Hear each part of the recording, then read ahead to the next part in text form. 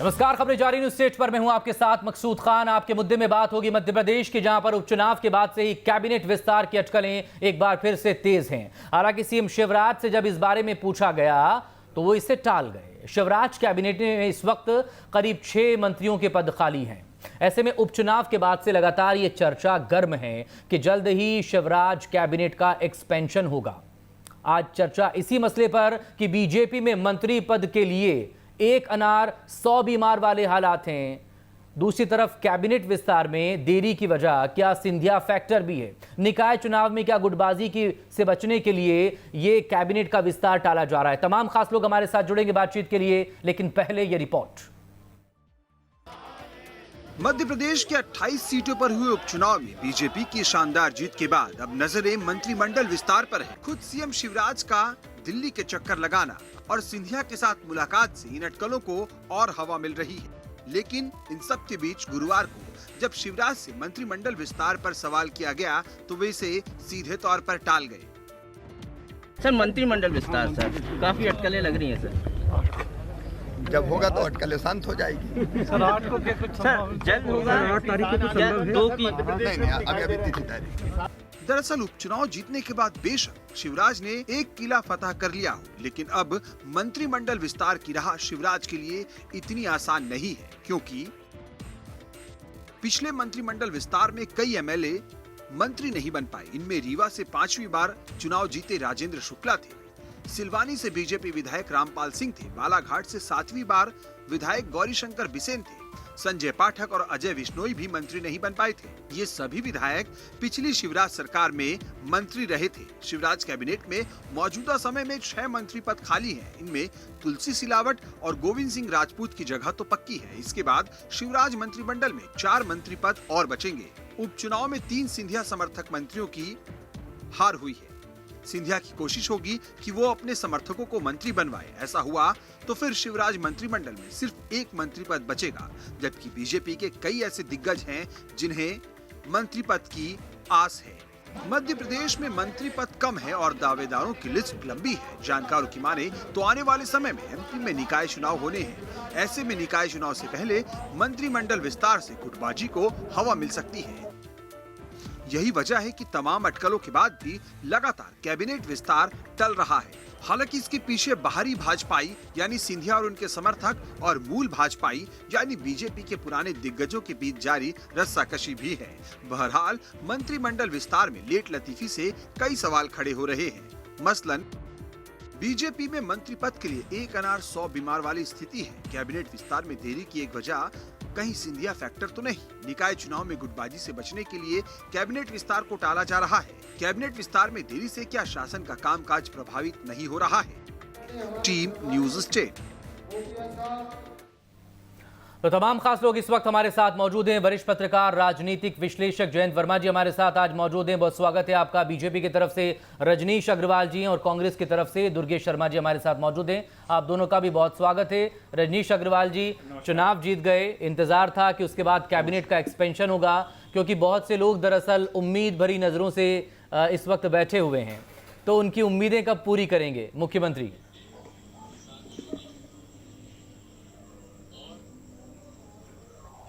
देखिए, निश्चित तौर पर आपने जो आखिरी में जोड़ दिया मुख्यमंत्री जी जरूर मंत्रिमंडल का विस्तार करेंगे और जब करेंगे तो अटकलें शांत हो जाएंगी, ऐसा उन्होंने कहा है। तो मुझे लगता है कि प्रतीक्षा करनी चाहिए, क्योंकि स्वाभाविक है, चर्चाएं होती ही हैं। और जिस प्रकार से उपचुनाव हुए हैं और भारी समर्थन जनता ने भारतीय जनता पार्टी की सरकार को, भाजपा को दिया है, शिवराज जी को दिया है, तो चर्चाएं भी उठना उसके बाद में स्वाभाविक है। लेकिन मुझे लगता है कि मुख्यमंत्री शिवराज सिंह चौहान जी की जो शैली है काम करने की, जो ढंग है, इस प्रकार के तमाम मामलों को लेकर पिछले कालांतर में भी देखा होगा, 13 साल मुख्यमंत्री रहे हैं, कई बार मंत्रिमंडल का गठन किया है, विस्तार किया है।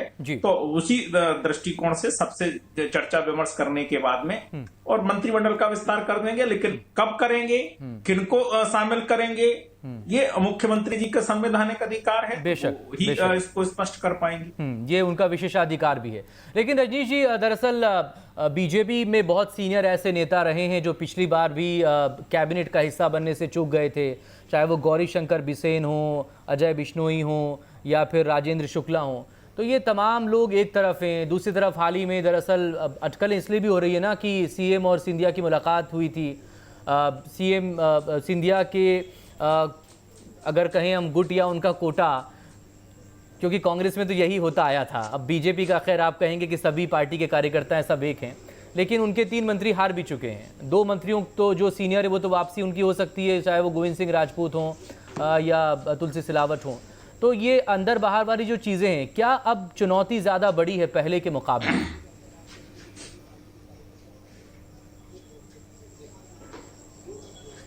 देखिए, अभी तक स्वाभाविक है कि वो कांग्रेस से आए, इसलिए उनकी पहचान इस नाते होती है कि ये सिंधिया जी के साथ में आए थे, इसलिए ये सिंधिया समर्थक हैं। लेकिन भारतीय जनता पार्टी की शैली, क्योंकि हम केवल रीजनल पार्टी तो है नहीं, मध्य प्रदेश की पार्टी, हम बाकी राज्यों में भी हैं और कई स्थानों पर जो दूसरे दलों से या निर्दलीय हम में शामिल हुए हैं, पार्टी को अपनाया है, रीति नीति को अपनाया है, तो उदाहरण वो भी सामने है। तो भारतीय जनता पार्टी केवल मध्य प्रदेश में नहीं, देश के अलग अलग राज्यों में जो अपना चरित्र व्यवहार रखती है, राष्ट्रीय स्तर पर एक जैसा है। और इसीलिए कोई इसका उसका भाजपा में नहीं होता। ये कांग्रेस में चलता है, आज भी चल रहा है वहां, तो बेटा बेटी भी का मामला चल रहा है। खैर, भारतीय जनता पार्टी सरकार के 3 मंत्री जो मैदान में उतरे थे, चुनाव हार गए, इसलिए स्वाभाविक है उन्होंने अपने त्याग पत्र दिए। आने वाले समय में अब उनका स्थान कौन लेगा, मैंने फिर कहा कि शिवराज सिंह जी चौहान मुख्यमंत्री हैं, वो तय करेंगे। लेकिन भारतीय जनता पार्टी की जो क्षेत्र की तमाम समीकरणों की तमाम, चूंकि राजनीतिक दल हैं, राजनीतिक समीकरण भी जो आने वाले 2023 के चुनाव वो भी देखना होंगे। इसमें कहीं कोई संदेह नहीं है कि 2023 में चुनाव दुर्गेश शर्मा जी की दृष्टि से भी मुख्यमंत्री जी विचार करेंगे ही। दुर्गेश शर्मा जी, आपकी नजरें तो बहुत लगातार बनी हुई होंगी कि आखिर अब क्या होगा। पहले आप जब सरकार बनी थी तब आप पूछ रहे थे कि अब क्या हो गया, सरकार भी बनी, लोगों को शामिल भी किया, उसके बाद फिर उपचुनाव हो गए, उपचुनाव के नतीजे भी आ गए, सरकार और मजबूत भी हो गई। तो अब भी क्या ऐसा सोच रहे हैं कि अब क्या होगा?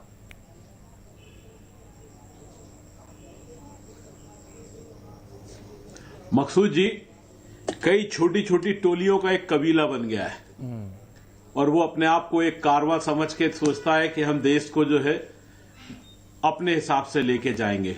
ये भारत है मेरे भाई, और भारत में आप चाहे जिधर से भी लेके आके टोलियों को इकट्ठा कर लें, पर भारतवासी जानते हैं कि सत्य क्या है। जो आज मध्य प्रदेश में है, माननीय रजनीश भाई ने बताया कि उनके जो 3 विधायक हार गए चुनाव में, और विधायक तो खैर नहीं थे, 3 प्रत्याशी जो हार गए वो वे मंत्री पद से हट गए। पर वो ये बताना भूल गए कि आज जो कभी कैबिनेट की मीटिंग हुई उसमें वो मंत्री की हैसियत से फिर भी जाके बैठे, जबकि उनका इस्तीफा हो चुका है। जो इस बात को बताता है कि कोई एक टोली है जो भारतीय जनता पार्टी के अंदर अपना वजूद बहुत ताकत के संग रखती है और जिसके सामने पूरी भारतीय जनता पार्टी नतमस्तक है। मध्य प्रदेश में भी कई टोलियों का एक कबीला है जिसका नेतृत्व तो शिवराज सिंह चौहान जी कर रहे हैं। तो कभी कोई टोली उनको टॉर्च देती है, कभी दूसरी टोली टॉर्च देती है। आप तो खुद चोट खाए हुए हैं। दिक्कत यह है कि कब किसको कहां साधे और कैसे साधे। इसलिए शिवराज सिंह जी, आप तो खुद चोट खाए हुए हैं उसी टोली की। मकसूद जी फिर से बोलिए। बिल्कुल सही है, बिल्कुल सही है मकसूद जी। उस टोली में से एक टोली ने गद्दारी हमारे संग करी ना, अब आज वो उस खेमे में है, पर जो जिसका नेचर होता है, बस इसलिए क्या है कि एक षड्यंत्रकारी दूसरे षड्यंत्रकारियों के पास गया है। अब देखना यह है कि कौन बड़ा और कौन छोटा, कौन किसको शह देता है, कौन किसको मात, ये तो देखना है। क्योंकि हिंदुस्तान की आजादी से लेकर आज तक हमने देखा है कि षड्यंत्र में कई बार प्रयास बहुत करे पर हमेशा मात खाई है उस खेमे ने जो आज देश में कहीं ना कहीं सत्ता के रूप में विराजमान है और उस मार्गदर्शन में चलता है जो सबसे बड़ा षड्यंत्र का केंद्र है। तो आज मध्य प्रदेश में जो टोली है या जो काबिला है, उस कबीले के अंदर आपको किस बात का इंतजार है? अभी रजनीश जी कह रहे थे कि कैबिनेट एक्सपेंशन को लेकर लगातार आपके बड़े नेता जो हैं और प्रवक्ता भी लगातार बोल रहे हैं, तो आपको कैबिनेट एक्सपेंशन होने या ना होने से क्या मिलेगा या क्या नुकसान हो सकता है? आप 2023 की तैयारियां कीजिए, अपने संगठन के चुनाव पर ध्यान दीजिए। हाँ मकसूद जी, बिल्कुल मकसूद जी, हमको कैबिनेट का पुनर्गठन हो, ये 6 मंत्री और बनाए या न बनाए, हमें उससे कोई लेना देना नहीं। हाँ, हमारा इस बात से जरूर लेना देना है कि शहडोल के अंदर यदि बच्चे स्वास्थ्य सेवाएं सही न मिलने के कारण मृत्यु हो गए तो आज उसमें जो क्लीन चिट दे दी भारतीय जनता पार्टी की सरकार में, हमारा उस पर ध्यान है और हम उस पर चर्चा करेंगे और प्रयास करेंगे सदन के अंदर भी और सदन के बाहर भी कि सरकार जवाब दे कि क्यों स्वास्थ्य सेवाएं सही नहीं थी और यदि किसी ने गलती करी तो उसको सजा क्यों नहीं मिली। हाँ, हमारा इस बात पे ध्यान है और इस बात पे हम लड़ने के लिए हर पद पे खड़े हुए हैं कि मध्य प्रदेश में कोरोना के नाम पे जो हो रहा है या जो किसानों के नाम पे आज शिवराज सिंह चौहान जी ने बड़ा वक्तव्य दिया कि मैंने इतने पैसे उनके खातों में ट्रांसफर कर दिए, कोई किसी पे एहसान नहीं किया, ये आपने जो नियम बना रखे हैं उसी नियम के तहत आपने पैसा दिया। हाँ, एहसान जब मानता मैं कि जब खाद्यान्न लेके बाजार में निकलें तो उनका धान भी खरीद लिया जाए, उनको वारदाने के नाम पे परेशान न किया जाए, उनको तुरंत तत्काल उनके खातों में पैसा मिल जाए, उनके ब्याज के खाते में पैसा ना काटा जाए, जिससे आज जो कोरोना की महामारी का दौर चल रहा है इस समय उनको कुछ संबल मिल पाए, पर ऐसा हो नहीं रहा है। इसलिए हमारी नजर उस चीज पर है। खैर, कोरोना पर भी हम बात करेंगे, सरकार के कामकाज पर भी, और आगे आखिर में ना वो कोरोना वॉरियर्स पे आज जो लाठीचार्ज हुआ है हम उस पर भी बात करेंगे, क्योंकि ये राजधानी की घटना है तो इसको नजरअंदाज नहीं किया जा सकता। लेकिन जयंत वर्मा जी, पहले आपसे बात, कैबिनेट एक्सपेंशन को लेकर इंतजार किया जा रहा है, ये एक मच अवेटेड फैसले की तरह इसे देखा जा रहा है। दूसरी तरफ क्या अब बीजेपी के लिए या मौजूदा सरकार के लिए ज़्यादा बड़ी परेशानी हो सकती है, क्योंकि अब आप मजबूत भी हो गए हैं और अब आपको सीनियर नेताओं को कहीं ना कहीं एडजस्ट करना होगा?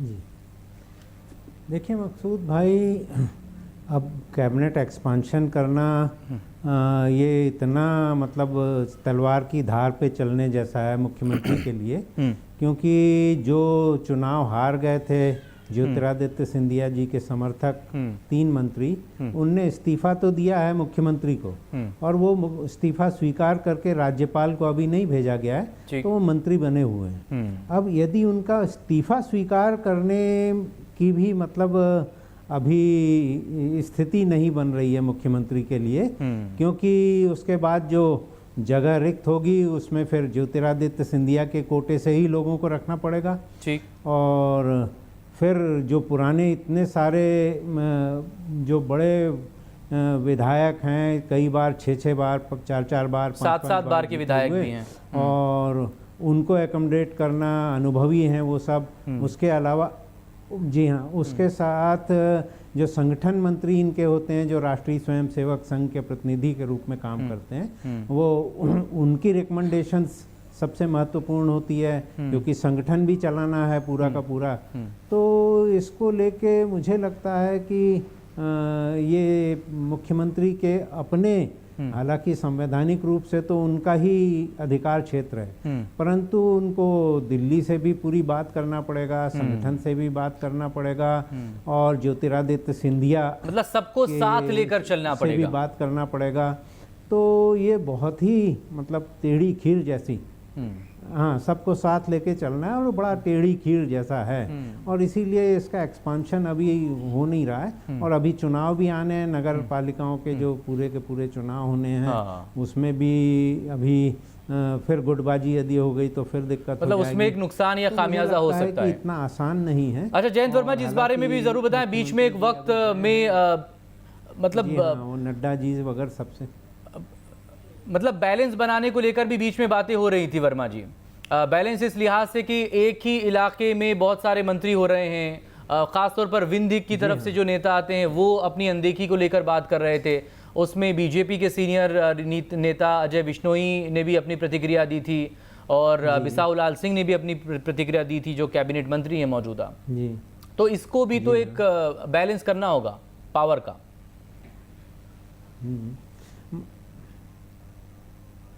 वो तो करना होगा। जैसे महाकौशल का ज़्यादा प्रतिनिधित्व नहीं है अभी, तो सारा का सारा जो है वो बैलेंस ऑफ पावर उस तरफ चला गया है, ग्वालियर चंबल संभाग की तरफ।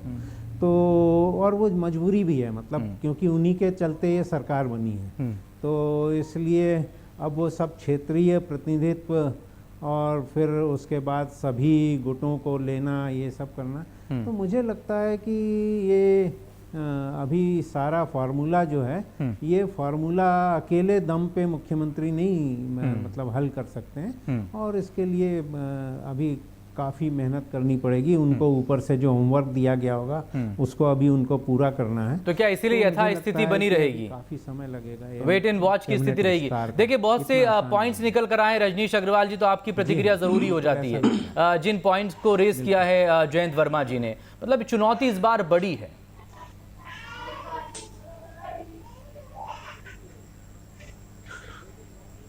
देखिए मुझे लगता है कि भारतीय जनता पार्टी सरकार की दृष्टिकोण से आपको इस पूरे मामले को देखना है, या आपका जो अपना नजरिया है उसको तुष्ट करने के लिए उसको अपने तौर पर देखना है। आपका अपना मामला है, आप तय करना आपको है। भारतीय जनता पार्टी की ओर से जैसा मैंने कहा कि भारतीय जनता पार्टी का जो मंत्रिमंडल विस्तार होगा, तो क्षेत्र का संतुलन, तमाम राजनीतिक समीकरण का संतुलन, राजनीतिक दल में और आने वाले 2023 का चुनाव, इन सभी पहलुओं को देखेगा। अब आप किसी भी प्रकार से विश्लेषण करते रहे, फिर मैं कहता हूं आपके चैनल पर भी कई बार कहा, जो आशंकाएं कुशंकाएं चुनाव के मद्देनजर भी बताया करते थे, कहा करते थे, मैंने कहा कि रिसर्च करिए और आने वाले समय में ये भारतीय जनता पार्टी के लिहाज से शोध और अध्ययन का विषय उन राजनीतिक पंडितों के लिए होगा जो कुशंकाएं और आशंकाएं खड़ी करते हैं। चुनाव हुआ, बड़े भारी अंतर से भारतीय जनता पार्टी के प्रत्याशी जीते, और जीतने के बाद में मंत्रिमंडल पर विस्तार पर भी कैसे आशंकाएं कुशंकाएं। कोई नए नवेला मुख्यमंत्री होता तो बात समझ में आती कि कैसे करेंगे, कैसे चलाएंगे, कैसे बनाएंगे। ये 13 साल मुख्यमंत्री रह चुके हैं, बुरा भी रहे। रही बात सिंधिया जी की, तो सिंधिया जी के मामले में कांग्रेस यही तय नहीं कर पाती कि हम कहें क्या। अभी कुछ दिन पहले भोपाल आए थे सिंधिया जी, तो मैं कई चैनल्स पर डिस्कशन में था, तो कांग्रेस के प्रवक्ता कह रहे थे देखो क्या से क्या हो गया, सिंधिया जी कार्यकर्ताओं के घर घूम रहे हैं, जिला अध्यक्ष के घर जा रहे हैं। मैंने सुना और कई प्रवक्ताओं को, पदाधिकारियों को, पूर्व मंत्रियों के साथ में फोनों पर कभी डिस्कशन में, डिबेट में, तो क्या हो गया। और अब कह रहे हैं वो देखिए अपनी मनमर्जी चलाएंगे, ऐसा करेंगे वैसा करें। तुम तय तो कर लो मेरे भैया कि आपको कहना क्या, करना क्या है।